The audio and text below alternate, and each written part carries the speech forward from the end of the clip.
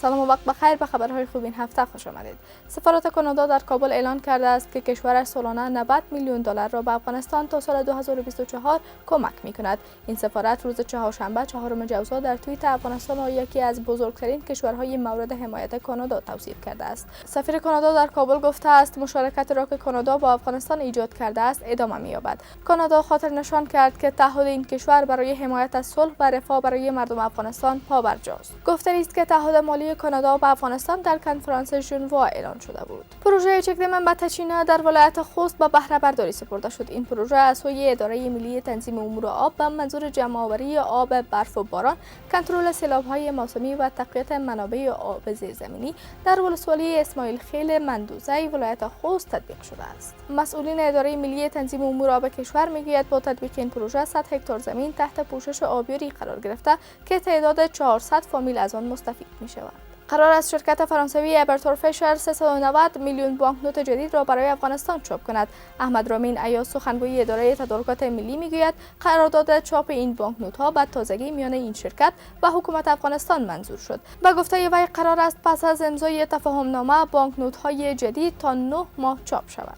وزارت زراعت، آبیاری و مالداری میگوید حاصلات گندم در سال جاری در ولایت ننگرهار و هلمند به 700,000 تن خواهد رسید. مسئولین این وزارت گفتند در سال جاری در ولایت هلمند در 115,000 هکتار زمین گندم کشت شده که 500,000 تن حاصل خواهد کرد و همچنان در ولایت ننگرهار در 68,000 هکتار زمین گندم کشت شده که قرار است 200,000 تن حاصل کند.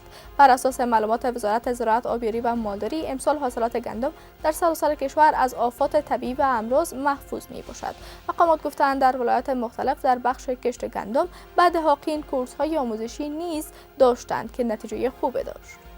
وزارت زراعت، آبیاری و مالداری میگوید کار ساخت و ساز کانال آبیاری محمد حسین در ولایت تخار به پایان رسید. این کانال که 1.1 کیلومتر طول دارد از طریق پروژه سکتور حوزه دریایی 5 عموم مربوط به وزارت زراعت ساخته شده است. کانال آبیاری محمد حسین از جمله کانال‌های درجه دوم است که به صورت کلی 20 جریب زمین زراعتی را تحت پوشش آبیاری قرار می‌دهد. این کانال با هزینه 450,000 افغانی از کمک‌های بانک انکشاف آسیایی و اتحادیه اروپا ساخته شده است. از این کانال 180 خانواده نیز بهره مند خواهد شد. پروژه سکتوری حوزه دریایی 5 عموم در ولایت‌های کندوز، تخار و بدخشان در بخش‌های احیا و بازسازی کانال‌های آبیاری، ساخت آبریزه‌ها، ایجاد انجمن‌های آبیاری و احداث قطعه‌های نمایشی به منظور کاهش فقر و بلند بردن حاصلات زراعتی کار می‌کند. در جریان سال گذشته از تمام کشتزارهای کشور 41,855 متریک تن کنجد برداشته شده است. آمار ریاست احصایه و معلومات وزارت زراعت، آبیاری و مالداری نشان می‌دهد که زمین‌های تحت کشت کنجد در سال گذشته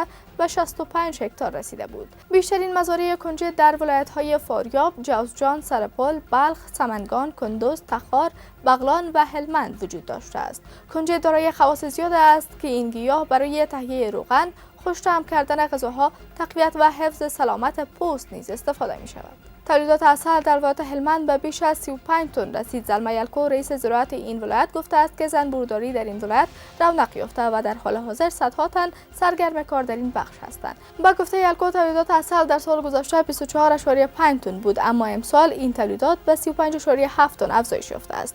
و افزوده است که ریاست زراعت و مالداری هلمند حدود 400 مزرعه زنبورداری را برای کشاورزان ایجاد کرده و با گذشت هر سال بر زنبورداری و تولید عسل افزوده می شود. این در حال است که ریاست زراعت هلمند علاوه بر برنامه‌های آموزشی در زمینه زنبورداری به حاقین در زمینه‌های مختلف کمک کرده است. هلمند برای تولید عسل شرایط مساعد دارد و اکنون برخی از افراد در این ولایت برای آموزش و به دست آوردن عسل خوب و زنبورداری رو آوردند. در نمایشگاه یک روزه صنایع دستی زنان در بامیان به ارزش 150,000 افغانی تولیدات صنایع دستی آنان به فروش رسیده است.